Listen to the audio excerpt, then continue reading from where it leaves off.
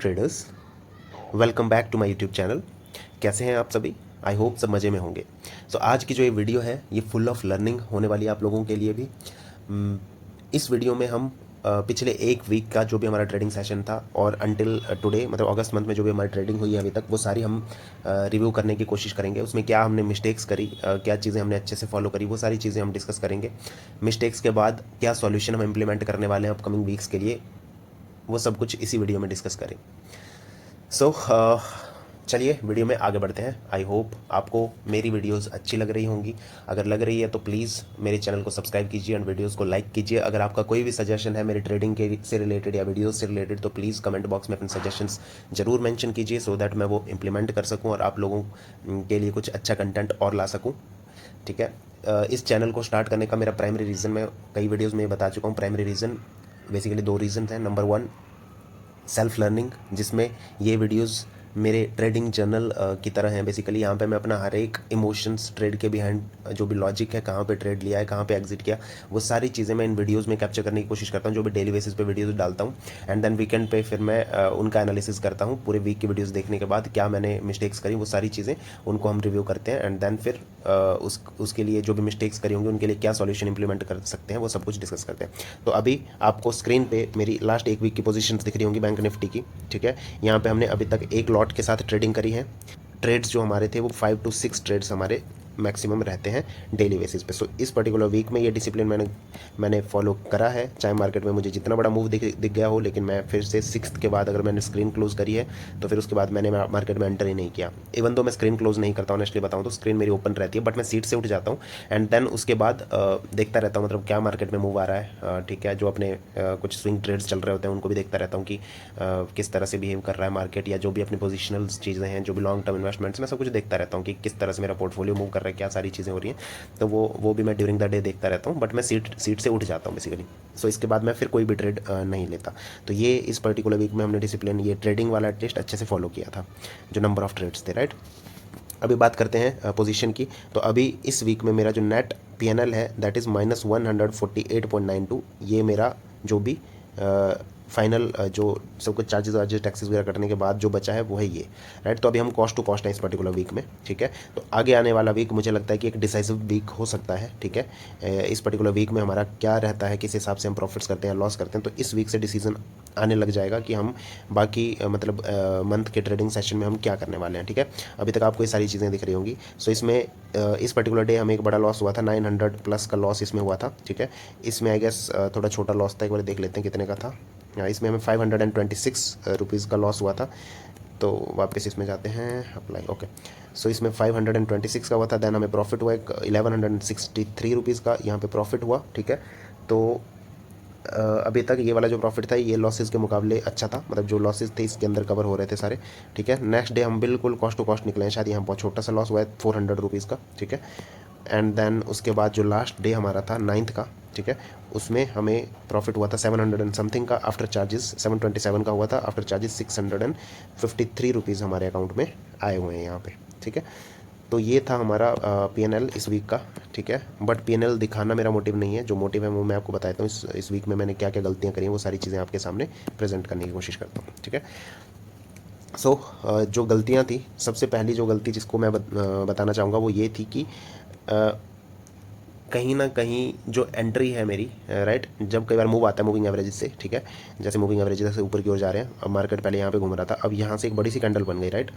उसके बाद एक छोटी सी कैंडल यहाँ पे बनने लगी, या रेड बन गई या कुछ भी है। तो मैं क्या करता हूँ कि ये बड़ी कैंडल बनने के बाद जो छोटी कैंडल बनती है उसके ऊपर अगर मार्केट निकलता है तो मैं फिर अपसाइड के लिए यहीं से बैठ जाता हूँ। बट ऐसा करने से क्या होता है कि मेरा जो एसएल है ना वो बहुत बड़ा बन जाता है, बिकॉज मूविंग एवरेजेस बहुत नीचे होते हैं। तो ये इन पर्टिकुलर ट्रेड्स में मेरा एसएल बड़ा बन रहा है, और जब भी एसएल हिट होता है तो मुझे बड़ा लॉस हो जाता है। जैसे कि फर्स्ट डे पे हुआ था 500 प्लस का प्रॉफिट, सॉरी लॉस हमें पहले ही ट्रेड में हो गया था मंडे के सेशन में। ठीक है। तो ये चीज़ है, मतलब मेरी जो एंट्री है ना वो परफेक्ट प्लेस पे नहीं हो पा रही है कुछ जगहों पे, not for all the cases, कहीं पे बहुत अच्छी एंट्री भी मैंने ली हुई है। ठीक है। बट कुछ जगहों पे मेरी एंट्री जो है वो थोड़ी दूर हो जा रही है मूविंग एवरेज से, जिससे मेरा जो एसएल है वो बड़ा बन जा रहा है। तो अब इस चीज़ को अवॉइड करने के लिए देखो हमें काम ही करना पड़ेगा बेसिकली, बिकॉज अभी भी जो ये एंट्री मैं लेता हूँ इसमें मुझे कई बार अच्छे रिजल्ट्स भी देखने को मिलते हैं, एंड कई बार लॉस भी बड़े हो जाते हैं। ठीक है। तो मुझे अब मेरे पास दो ऑप्शन है, या तो मैं इस चीज़ को कम्प्लीटली अवॉइड कर दूँ, राइट, या तो कुछ और इसके बारे में मैं सोचूं कि इसको और बेटर कैसे बनाया जा सकता है, जैसे एस एल बड़ा ना रख के कुछ छोटे एस एल्स पे काम करूं, मतलब उसको छोटा कैसे किया जा सकता है, समथिंग लाइक दैट।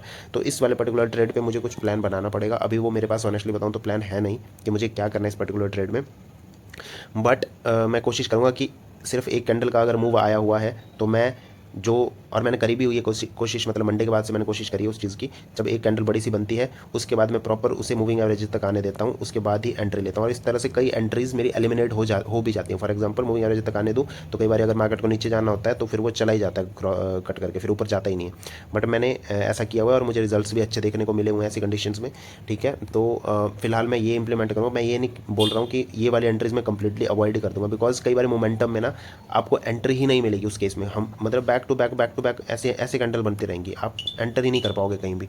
तो इसीलिए ये ज़रूरी है कि ऐसे ट्रेड्स भी हमें, मतलब ये इसमें बेसिकली मुझे टेस्टिंग करते रहना होगा, मुझे देखना होगा कि कौन सी कंडीशन में ये ट्रेड काम करता है और कौन सी कंडीशन में नहीं करता है। तो ये एक्सपीरियंस करके ही लर्निंग होगी, इसको मैं और कहीं से भी नहीं सीख सकता। सो ये मुझे खुद ही एनालाइज करना पड़ेगा। बट यस, मैक्सिमम केसेस में मैं इस चीज़ को अवॉइड करने की कोशिश करूँगा जो वाली ये एंट्री होती है। बट कुछ गिने चुने केसेस हैं जहाँ पे मैं ये एंट्री अभी भी बना सकता हूँ, ठीक है।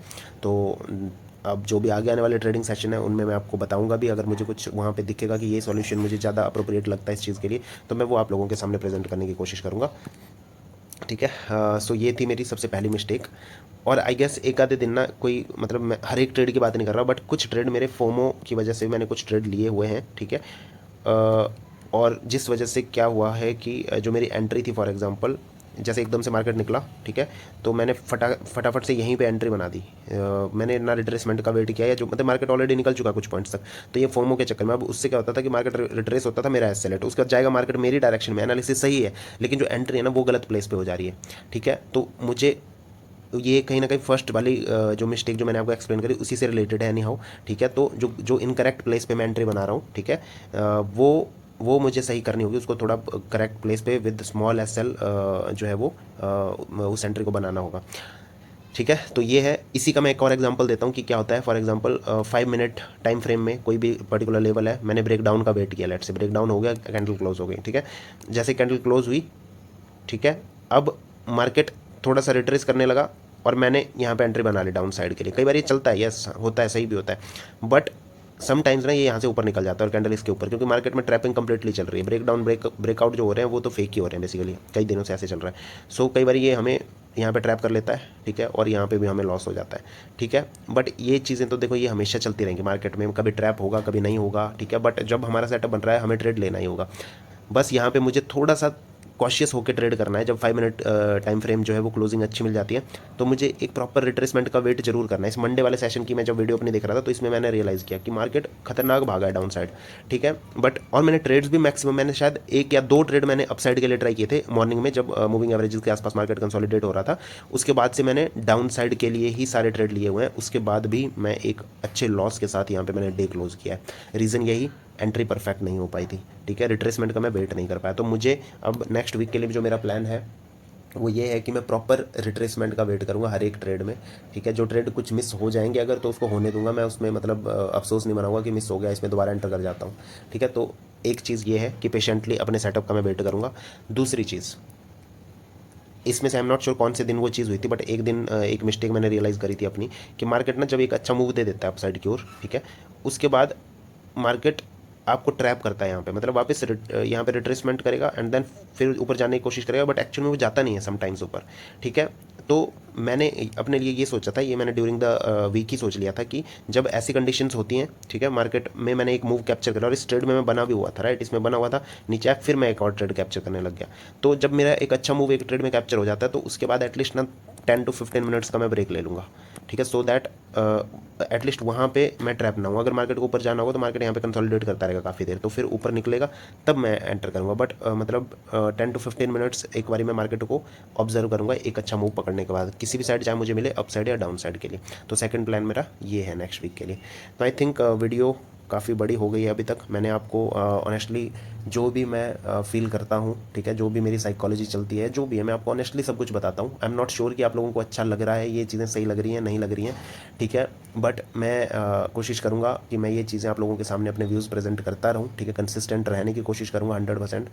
बिकॉज जैसा कि मैंने आपको बताया ही है कि ये वीडियोज़ मेरे अपने रिकॉर्ड्स के लिए भी है, अपने आप को कैप्चर करने के लिए भी है। तो इसीलिए अगर आप लोगों की तरफ से भी शायद कुछ अच्छा रिस्पॉन्स मुझे नहीं मिला तो मैं ये कंटिन्यू करूँगा फॉर माई सेल्फ, ठीक है। अभी मैं हम दोनों के लिए कर रहा हूँ, मैं उन ट्रेडर्स के लिए कर रहा हूँ बेसिकली जो मेरी तरह लर्निंग फेज़ में है, ठीक है। उनको कई मोमेंट्स पे ये समझ में नहीं आ पाता कि हम सही कर रहे हैं या गलत कर रहे हैं। बिकॉज अगर आप यूट्यूब पे चैनल्स देखोगे तो दो टाइप के हैं, या तो बहुत सक्सेसफुल ट्रेडर्स हैं, ठीक है, उनके चैनल से बहुत सारे सब्सक्राइबर भरे पड़े हैं। अब और दूसरे टाइप के ऐसे हैं जो फेक है कम्प्लीटली, वो आपको गलत गलत स्क्रीनशॉट, गलत ट्रेड्स वगैरह दिखाते रहेंगे, वो सारी चीज़ें होंगी, ठीक है। तो ये दो टाइप के हमारे इन्फ्लुएंसर्स यहाँ पे भरे पड़े हैं मार्केट में, ठीक है।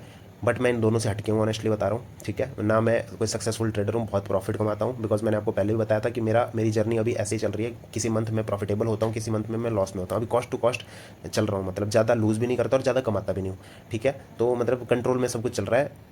और ऑलरेडी मैं लॉस में हूँ, बट वो मैं आपको तभी बताऊंगा जब मेरा एक बार प्रॉफिटेबल चीज़ें होने लगेंगी। उसके बाद मैं आपको बताऊंगा मैं कितने लॉस में जा चुका था, उसके बाद मैं कैसे रिकवर किया। वो सारी चीज़ें मैं आप लोगों के साथ शेयर करूँगा 100%।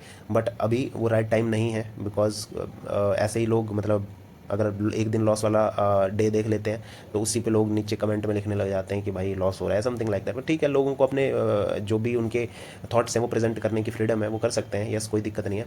बट मैं ये वीडियोज़ इसलिए बना रहा हूँ सो दैट मेरी तरह वाले जो ट्रेडर्स हैं ना, उनको ये ना लगे कि समटाइम्स मुझे भी ये फील होता था कि मतलब मैं सही कर भी रहा हूँ या नहीं कर रहा हूँ, ठीक है। मतलब अगर मैं जा भी रहा हूँ सही, ठीक है, जैसे फॉर एग्जांपल 2-4 दिन कंटिन्यूसली मुझे प्रॉफिट्स हो गए, ठीक है, उसके बाद फिर मेरी स्ट्रीक चल गई लॉसेस की, ठीक है।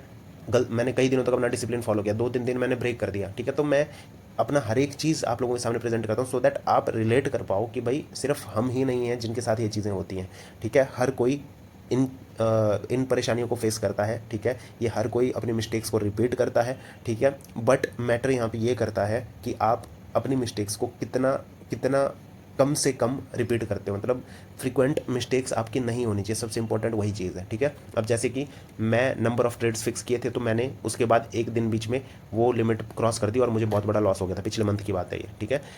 उसके बाद मैं फिर कंटिन्यू कर रहा हूँ। हो सकता है कि एक आधा दिन अभी और आ जाए ऐसा कि मैं अपने नंबर ऑफ ट्रेड से फिर आगे निकल जाऊँ, ठीक है। और कभी ये भी हो सकता है कि मुझे रिजल्ट्स भी अच्छे मिल जाएं, बट जो गलती होती है वो गलती ही होती है। अगर आपको आज उसका अच्छा रिजल्ट मिल गया, ठीक है, कल मिल गया, लेकिन एक दिन ऐसा आएगा जो भी आपने प्रॉफिट कमाया होगा उस गलती को करते हुए, वो सारा एक दिन में गायब हो जाएगा। तो इसीलिए डिसिप्लिन रहना ट्रेडिंग में बहुत ही ज़्यादा ज़रूरी है। सो आई थिंक बहुत सारी बातें हो गई हैं, मैंने बहुत कुछ अपने मन में जो भी था मैंने आप लोगों के सामने में ऑनेस्टली प्रेजेंट किया है, ठीक है।